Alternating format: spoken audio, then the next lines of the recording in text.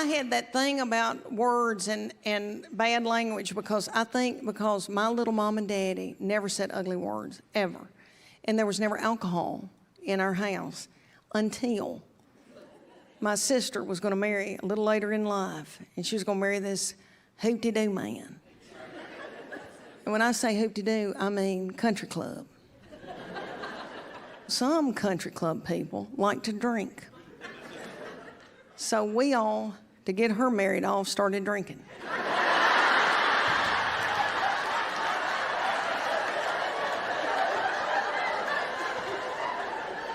And my little mama had never had alcohol, got out of my car. She had 2.5 glasses of wine and said, "I can't feel my arms."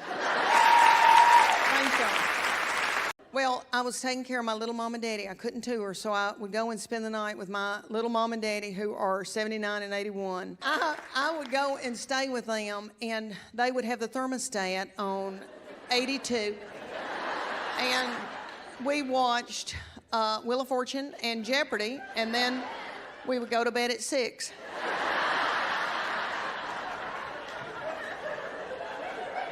And he gives us all this snorkeling equipment, and I've got, all this on. He puts a big old floater thing on me with a strap and throws me into the ocean. And I feel something, and is that an eel? Is that an eel? And then my husband floats up to me. He's got on a big pair of goggles, big thing in his mouth, takes that thing out and looks at me and says, "You want to do it?"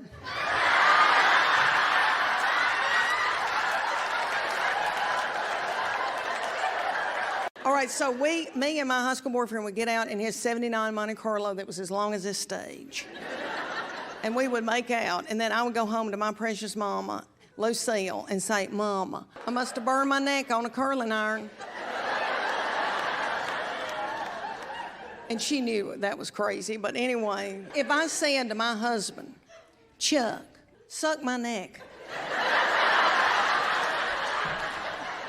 "Suck my neck, Chuck. As hard as you can.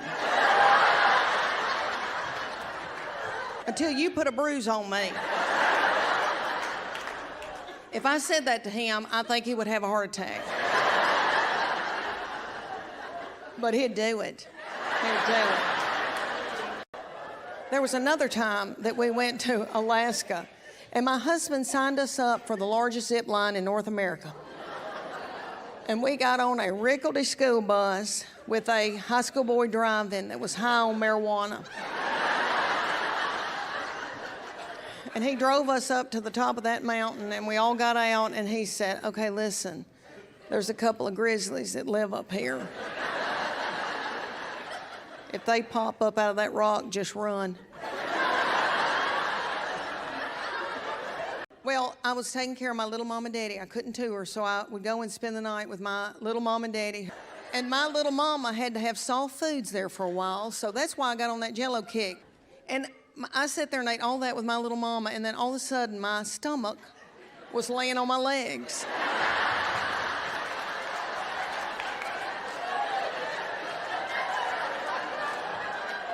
Look at all these good-looking men. Lord, I did not know all y'all were coming. I wouldn't have been talking about my stomach on my legs. Look at y'all in these half-zip golf pullovers. Hello. That says health insurance to me.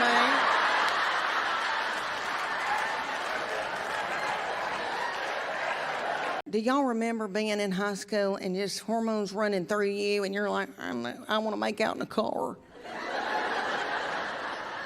I remember. I wish I felt that way now. I wish I felt that way now. I could get a new purse out of that.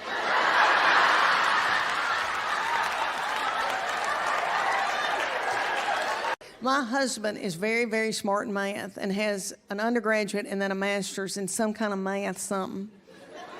I don't know. Our first date, he said, "I love a derivative." And I remember thinking, okay. Right?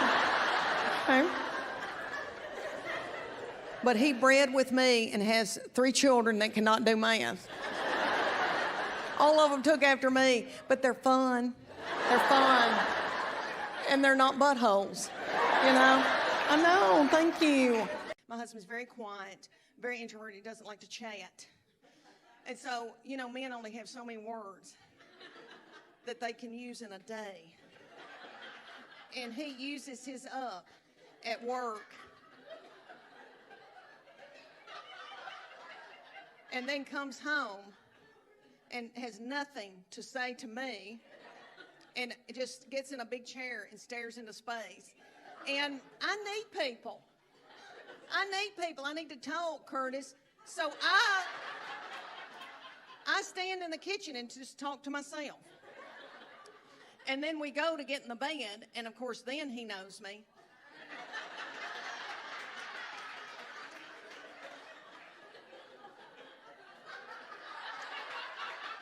You know, all of a sudden he knows me and tries to touch me. I'm like, I'm sorry, excuse me, do we know each other?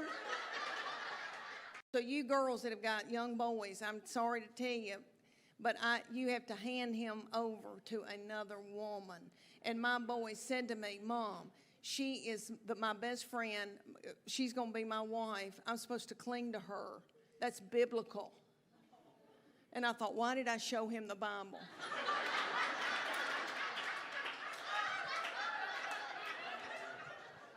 We drove to Oxnard. I worked the first weekend in Oxnard, and they are darling people. I thought, who are these people? Who is out here living? Because there's big old houses with boats pulled up to them. You know, I've never seen anything like that. I thought, who are these hoop-de-doo people?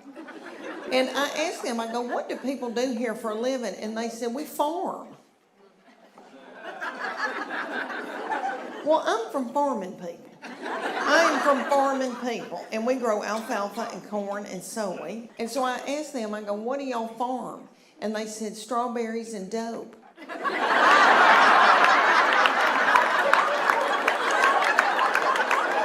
were out, I don't know what they were doing, fishing or rock climbing, doing something. They found a little baby beaver, and her mama had been killed or she'd been abandoned. Anyway, they brought her back to the dorm room.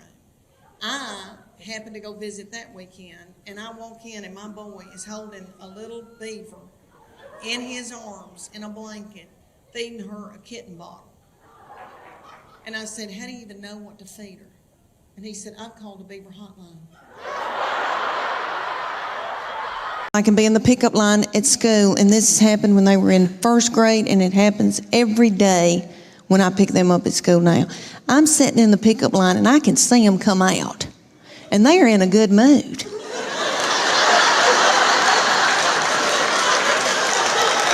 And they're goosing each other and giggling and doing and talking and having a good time. They're waving to the teachers and the principal. See you tomorrow. Okay. Then they come over to my vehicle. My 11-year-old take her backpack and sling it and hit me in the back of the head with it. Every day she says something like this. I'm starving to death. You don't have a piece of cheese in this car? Your driving's making me car sick. In New Orleans, I think he lives there full time.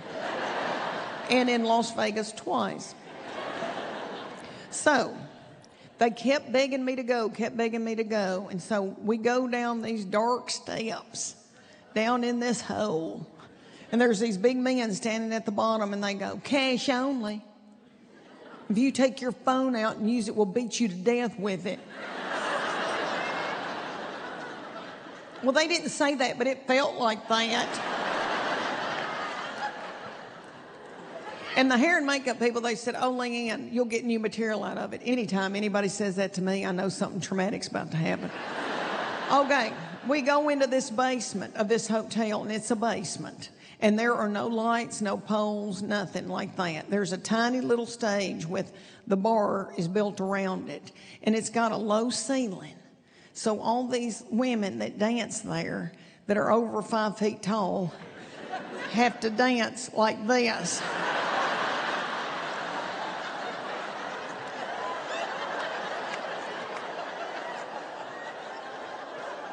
We go in there, And this is the impersonation hair and makeup.